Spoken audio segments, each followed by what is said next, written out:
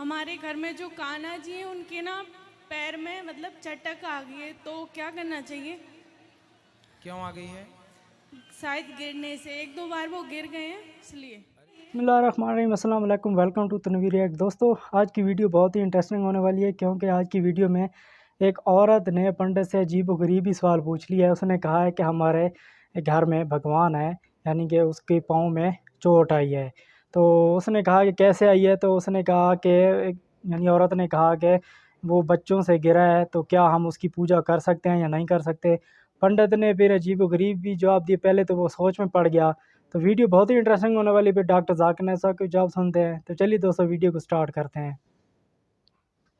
हमारे घर में जो कान्हा जी हैं उनके ना पैर में मतलब चटक आ गई है, तो क्या करना चाहिए? क्यों आ गई है? शायद गिरने से, एक दो बार वो गिर गए हैं इसलिए। अरे तो गिराना नहीं चाहिए। नहीं अच्छे नहीं, से गिराए नहीं है, बच्चों से गिर गए हैं। तो क्या करना चाहिए? यदि ये खंडित नहीं है तो अभी पूजा करते रहिए। नहीं, अभी तक तो हम पूजा कर रहे हैं, वो चटक गए उनका पैर। तो फिर आप उनको घर पे रखे रहिएगा, आप दूसरे ले लीजिए पूजा के लिए, उनके दर्शन के लिए दर्शनार्थ रखे रहने दीजिए। अच्छा। बाकी पूजा के लिए आप दूसरे ले लीजिए। और अगर नहीं भी बदले तो भी कोई दिक्कत नहीं है, जब खंडित पूरे हो जाएं तब देख लीजिएगा। कि हिंदू मजहब में एक हिंदू को कितने खुदाओं में मानना चाहिए, तो वो हिंदू विद्वान कहेगा कि हिंदू को सिर्फ एक खुदा में मानना चाहिए और सिर्फ एक खुदा की इबादत करना चाहिए। लेकिन आम हिंदू वो एक फलसफे में मानते हैं जिसे कहते हैं पैंथियज्म। पैंथियज्म के मानी सब कुछ खुदा है, और आम हिंदू ये मानता है कि सब कुछ खुदा है। पेड़ खुदा है, सूरज खुदा है, चांद खुदा है, इंसान खुदा है, सांप खुदा है। हम मुसलमान ये मानते हैं कि सब कुछ खुदा का है। पेड़ खुदा का है, चांद खुदा का है, सूरज खुदा का है, इंसान खुदा का है, सांप खुदा का है। तो जो अहम फर्क आम हिंदू और आम मुसलमान में है कि आम हिंदू कहता है कि सब कुछ खुदा है और आम मुसलमान कहता है सब कुछ खुदा का है। ये अहम फर्क सिर्फ का है। अगर इस का के फर्क को मिटाएंगे तो हिंदू और मुसलमान एक हो जाएंगे। और इस फर्क को कैसे मिटाया जा सकता है? जिस तरीके से कुरान में लिखा है, सूरह इमरान सूरह नंबर 3 आयत नंबर 64 में, तालो इला कलिमतिन सवाइम बैना बैनकुम, आओ उस बात की तरफ जो आप और हम में यकसा है। सबसे पहली बात, अल्लाह नाबुद इल्लल्लाह, कि हम सिर्फ एक खुदा की इबादत करें। अभी हम तहकीक करेंगे कि हिंदू मजहब की किताब में खुदा का तस्वुर क्या है। हिंदू मजहब में एक अहम किताब है जिसका नाम है उपनिषद। जब हम पढ़ते हैं Chandogya Upanishad, chapter number 6, section number 2, verse number 1, उसमें लिखा है एकम एविदित्यम। ये एक संस्कृत श्लोक है जिसके मानी है खुदा एक है, ईश्वर एक है, दूसरा नहीं है। लिखा है श्वेताश्वतर उपनिषद में, अध्याय नंबर 6, श्लोका नंबर 9 में, नाचस्य कसिज जनिता न चदीपा। उस ईश्वर की कोई वालदेन नहीं है, कोई रब नहीं है। ईश्वर के कोई वालिद नहीं है, कोई वालदा नहीं है, ईश्वर के ऊपर कोई नहीं है।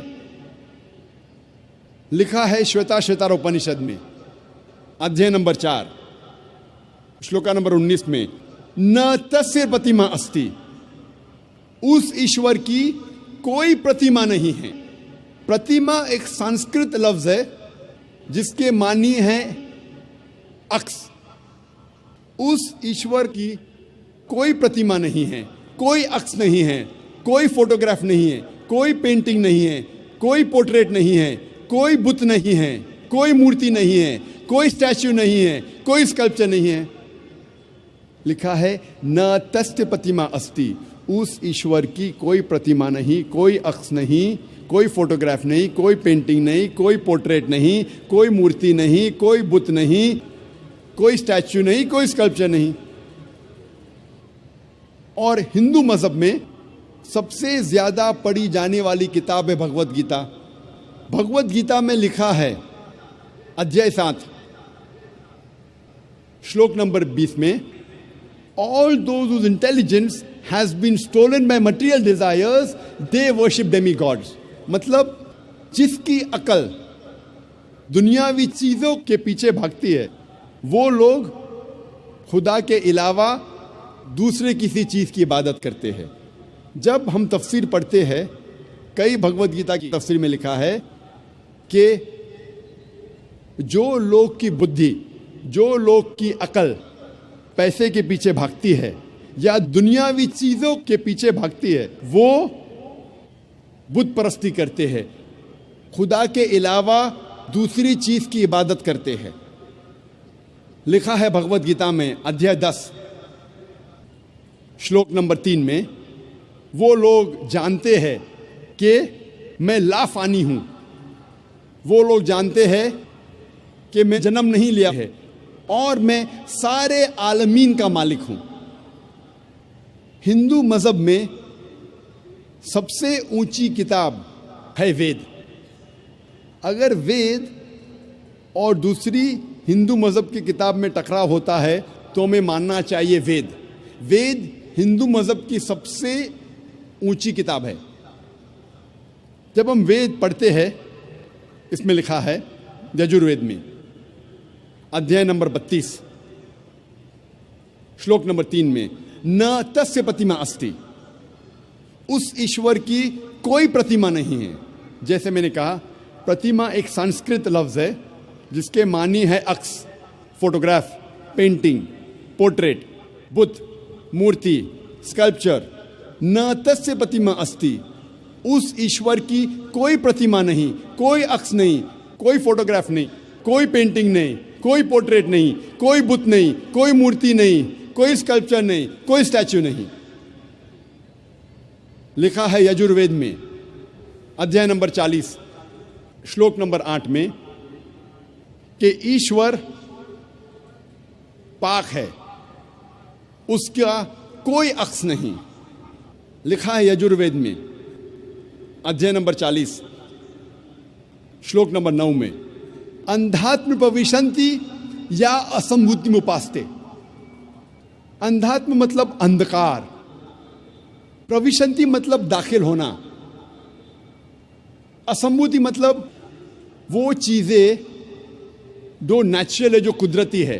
तो ये श्लोक में यजुर्वेद अध्याय नंबर 40 श्लोक नंबर 9 में लिखा है, वो लोग अंधकार में दाखिल हो रहे हैं, वो लोग जो असंभूति की इबादत करते हैं, जो कुदरती चीज़ों की इबादत करते हैं, मिसाल के तौर पे हवा, पानी, आग वगैरह। और ये श्लोक में आगे लिखा है, वो लोग और घोर अंधकार में दाखिल हो रहे हैं, वो लोग जो संभूति की इबादत करते हैं। संभूति की मानी इंसान की बनाई हुई चीज़ें, मिसाल के तौर पे टेबल, चेयर, बुत, मूर्ति वगैरह। कहाँ लिखा है? यजुर्वेद अध्याय नंबर 40 मंत्र नंबर 9 में। आगे जब पढ़ते अथर्ववेद में लिखा है किताब नंबर 20 अध्याय नंबर 58 मंत्र नंबर 3 में, देव महासी, महान है वो ईश्वर। और वेद में सबसे ऊंची मानने वाली वेद है ऋग्वेद। वेद 4 किस्म की होती है, ऋग्वेद, यजुर्वेद, सामवेद, अथर्ववेद। ये चारों में सबसे ऊंची वेद है ऋग्वेद। ऋग्वेद में लिखा है किताब नंबर 1 अध्याय नंबर 164 मंत्र नंबर 46 में, एकम सत्य विप्र बहुधा वेदांते, सत्य एक है, सच एक है, ईश्वर एक है। और साधु संत और विद्वान इस ईश्वर को कई नामों से पुकारते हैं। ये पैगाम फिर से दोहराया गया है ऋग्वेद में किताब नंबर 10 अध्याय नंबर 114 मंत्र नंबर 5 में इसमें लिखा है कि खुदा एक है, ईश्वर एक है। ईश्वर एक है, लेकिन विद्वान संत साधु इस ईश्वर को कई नामों से पुकारते हैं। और जब हम ऋग्वेद पढ़ते हैं किताब नंबर 2 अध्याय नंबर 1, सिर्फ किताब नंबर 2 अध्याय नंबर 1 में 33 नाम और सिफतें दिए गए हैं इस ईश्वर को। इनमें से एक है ऋग्वेद किताब नंबर 2 में अध्याय नंबर 1 में मंत्र नंबर 3 में ब्रह्मा। ब्रह्मा कहा जाता है उस ईश्वर को जो बनाने वाला है। जब हम अंग्रेजी में तर्जुमा करते हैं तो इसे कहते हैं क्रिएटर। जब उर्दू या अरबी में तर्जुमा करते इसे कहते हैं खालिक।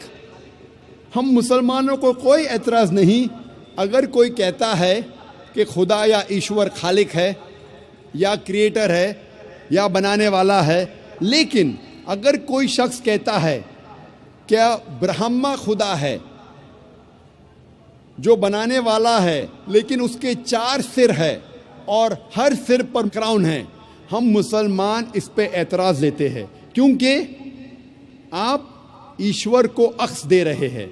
और साफ तौर पे लिखा है श्वेता उपनिषद में अध्याय नंबर 4 श्लोका नंबर 19 में, न तस्य प्रतिमा अस्ति, उस ईश्वर की कोई प्रतिमा नहीं, कोई अक्स नहीं, कोई फोटोग्राफ नहीं, कोई पेंटिंग नहीं, कोई पोर्ट्रेट नहीं, कोई मूर्ति नहीं, कोई बुत नहीं, कोई स्टैच्यू नहीं, कोई स्कल्पचर नहीं।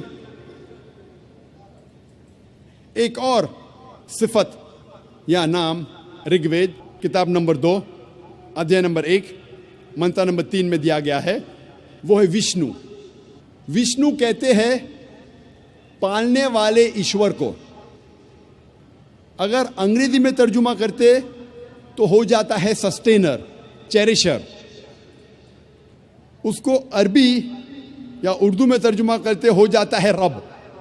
हम मुसलमानों को कोई एतराज़ नहीं अगर कोई कहता है कि खुदा या ईश्वर रब है, सस्टेनर है, चेरिशर है, पालने वाला है। लेकिन अगर कोई शख्स ये कहता है कि विष्णु पालने वाला खुदा है, पालने वाला ईश्वर है, और उस ईश्वर के 4 हाथ है जैसे इंसानों जैसे, और एक हाथ में चक्रा है और दूसरे हाथ में कौंच है, और वो पानी पे जा रहा है सांपों पे बैठकर, या हवा में उड़ रहा है एक परिंदा जिसका नाम है गरुड़ा पर, हम मुसलमान इस पर एतराज़ करते हैं क्योंकि आप खुदा को अक्स दे रहे हैं। और आप यजुर्वेद अध्याय नंबर 32 मंत्र नंबर 3 के खिलाफ जा रहे हैं, जिसमें लिखा है न तस्य प्रतिमा अस्ति, उस ईश्वर की कोई प्रतिमा नहीं, कोई अक्स नहीं, कोई फोटोग्राफ नहीं,